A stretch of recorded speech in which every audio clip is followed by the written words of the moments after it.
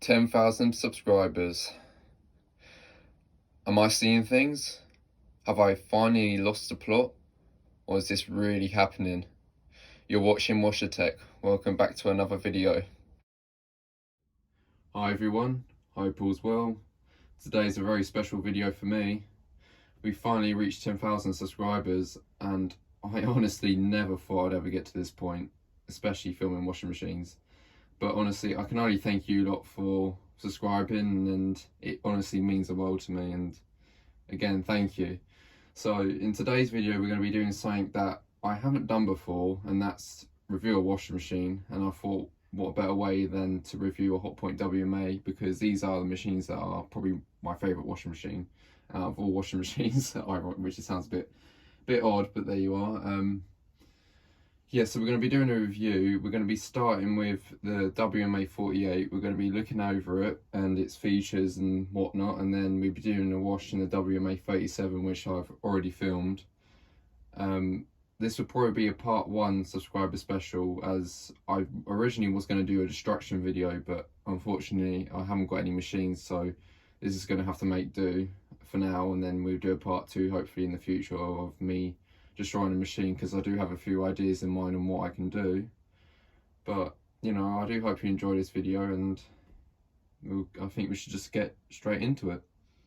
Starting off with the left hand side of the machine, we have the soap drawer, which has the softener, main wash and pre-wash compartments, which also have the little symbols marking which is which.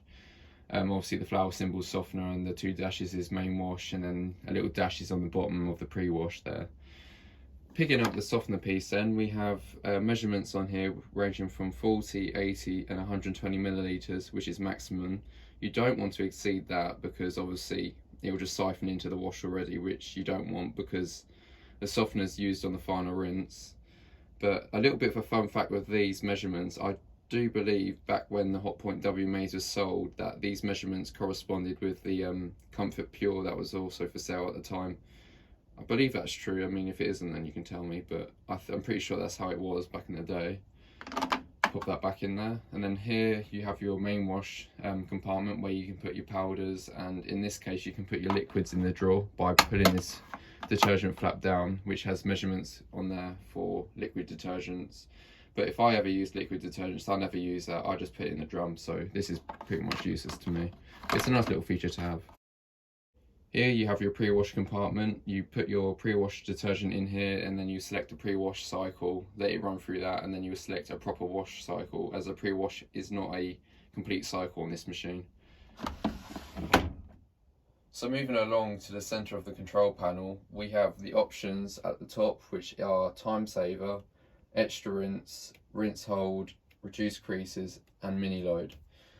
What time saver does on this machine, it will reduce the time by a considerable amount, but will remove a rinse and shorten the wash.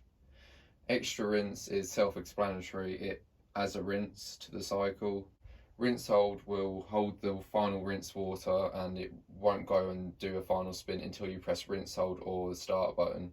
Reduce creases is pretty obvious. It reduces creases.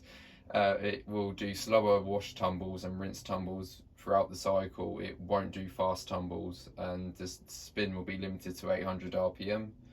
And then we have mini load at the end, which doesn't really do much on this machine, I won't lie to you, but it is meant to use less water, and it does save a bit of time from what I have found, and it does actually remove a rinse like time saver.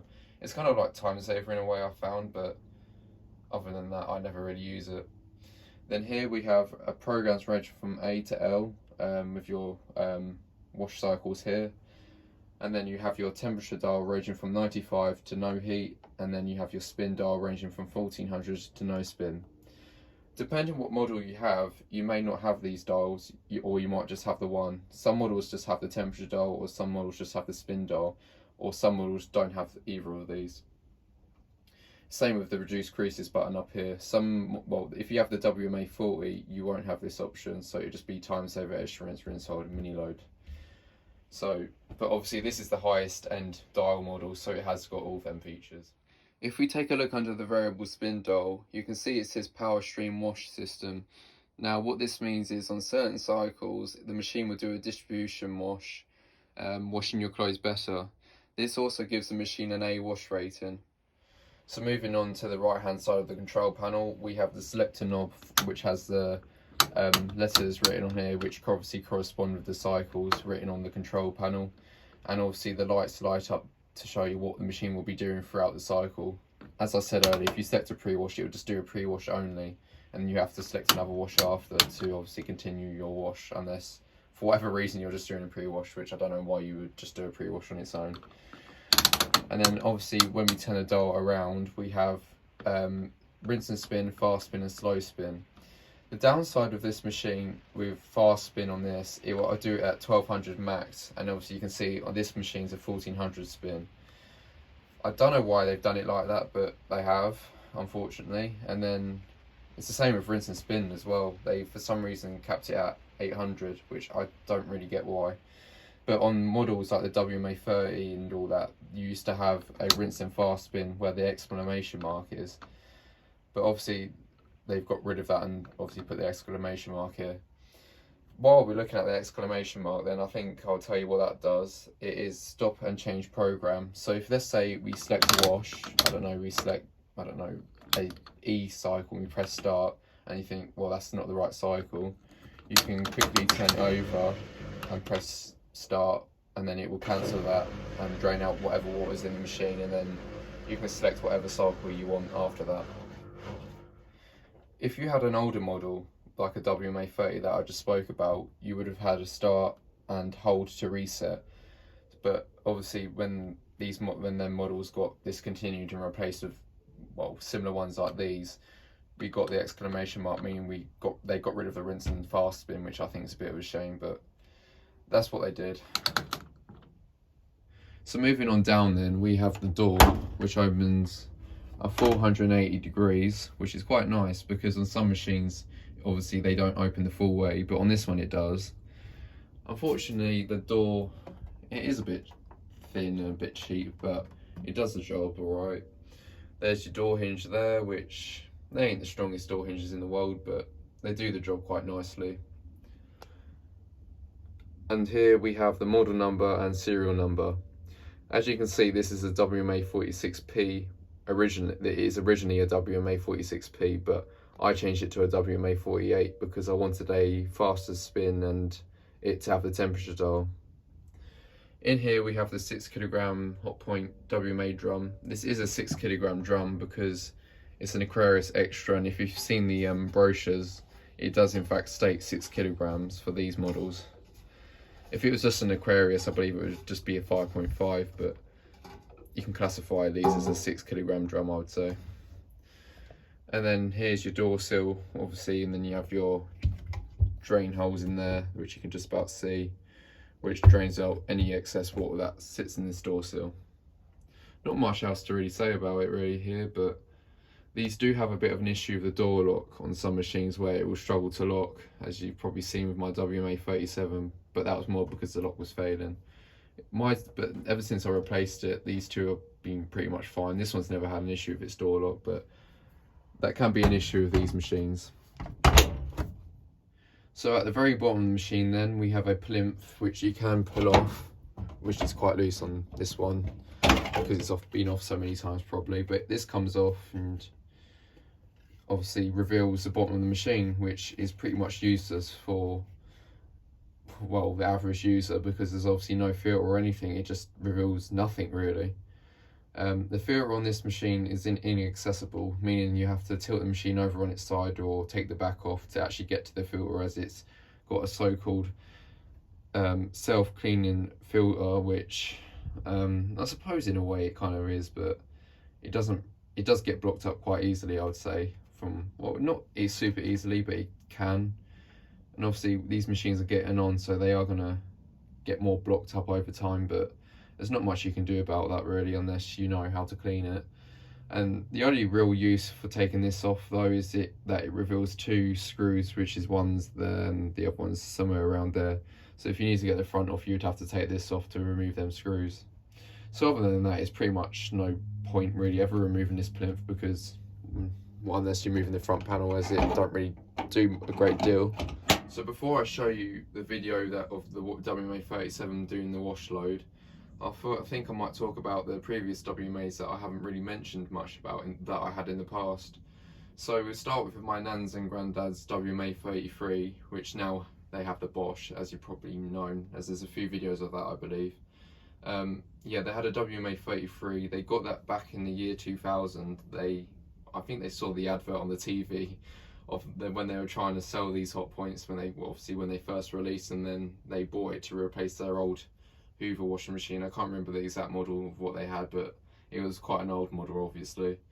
That lasted 10 years before it snapped its spring and completely destroyed itself, which is a bit of a shame, but I suppose it did alright. My granddad did used to have the control fascia and the soap drawer for it, but I don't know if they've thrown it out now or what. But if I ever find it in the future, I might try and save it and see if it still works, as I have no doubt of why it wouldn't still work. I mean, if it don't work, I mean, no problem.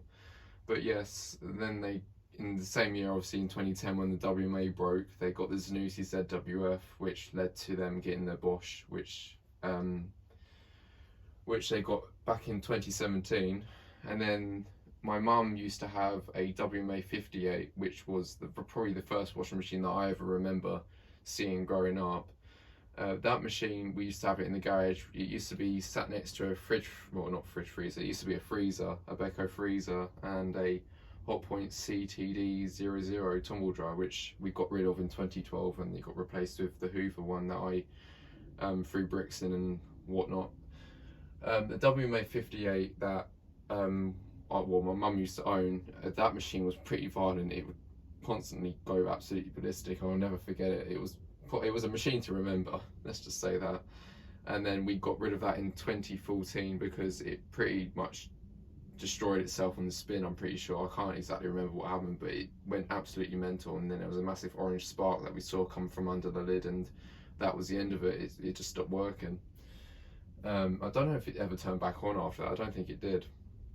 And then obviously we got the service hydro drive, which was an absolute mistake in us even getting. It was just a nasty machine. I've never had such a bad machine like it. I mean, many can disagree with that, but I honestly hated it so much. It's a shame we didn't fix the WMA58, but you know, it served us well. It was purchased in 2004, so making it one of the very last WMAs to be around before they replaced it with the WT range, which I'm actually surprised we didn't get, really, because seeing that we got it in 2004, I'm pretty sure my mum got it very much before they had completely discontinued the WMA range, but I can't really quote exactly when it was discontinued, or when my mum got it even. But anyways, I think I'll talk about why I quite like these machines quickly before I show the WMA37 at work. I mainly like these machines because of how simple they are. I mean, all you've really got to do is turn the dial on, select any extra options or whatever, and then just press start.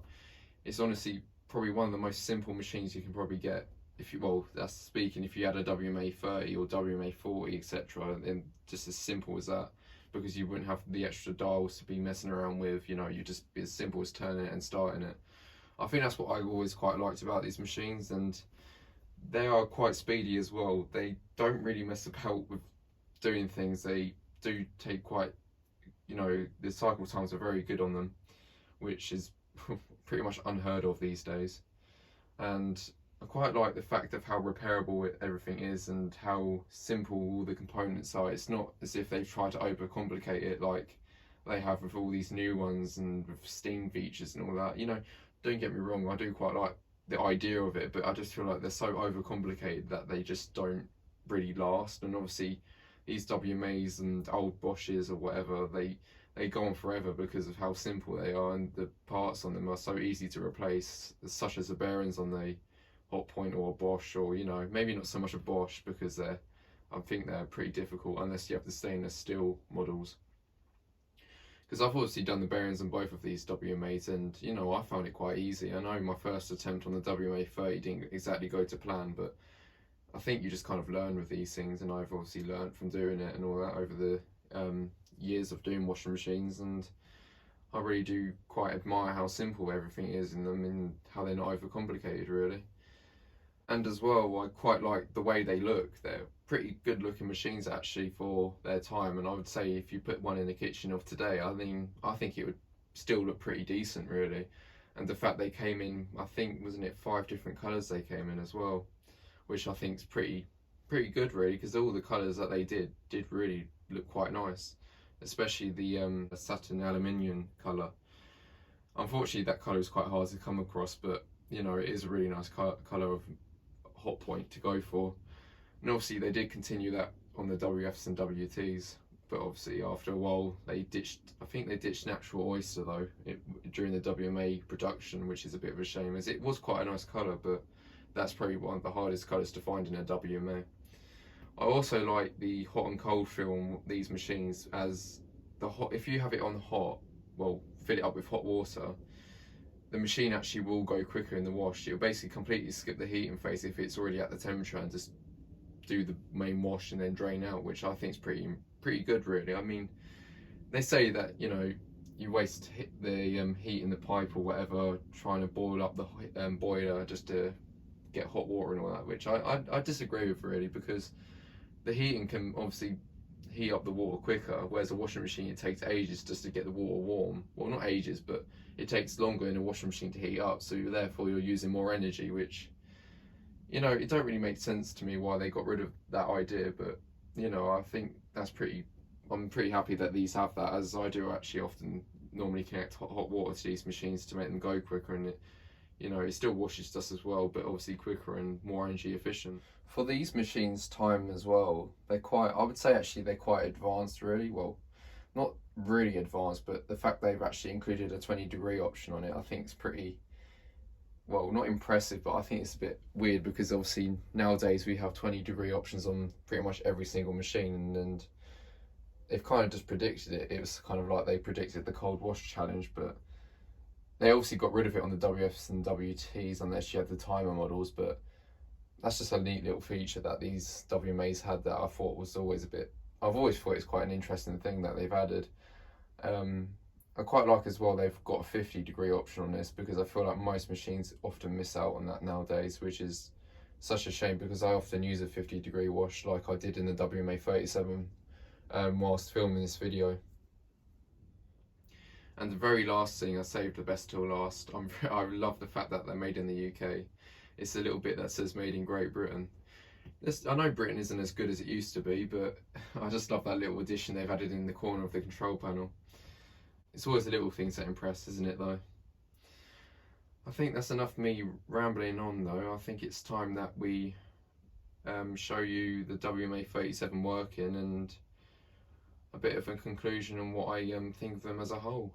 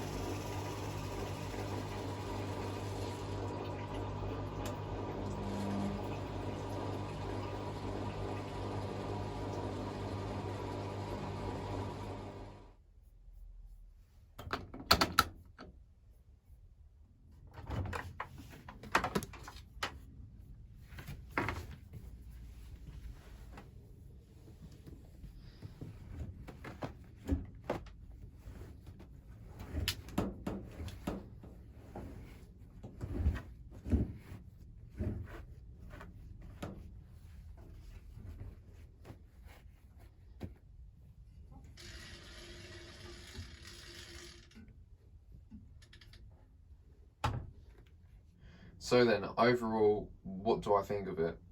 I think if I was to give it out of 10, I'll give it a solid 9.5 out of 10.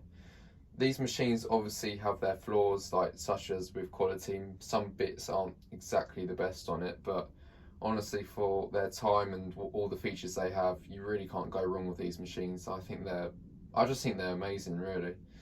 And if you can get hold of one, then I think you should, really, because you know they're really good machines and they get on with the job in hand, and they don't mess about when it comes to balancing, especially, which may not exactly be a good thing to some people, but I just admire the fact they just get on with it and don't waste time, and the simplicity of how to work it is just so simple as just turning the dial and pressing start, or turning the dial and then selecting an option and off you go. I just think that's just something that you can't really get nowadays. I mean, you can, like with an Indesit or a cheap Beko, but you just really can't go wrong with these machines, to be honest with you. And if they've lasted to this point, then I think they've done it really well, because obviously anything on today's market won't last 5 minutes. They're all just pieces of cheap rubbish that just don't last, which is a shame. But hey, don't get me wrong, like I said earlier, I quite admire all the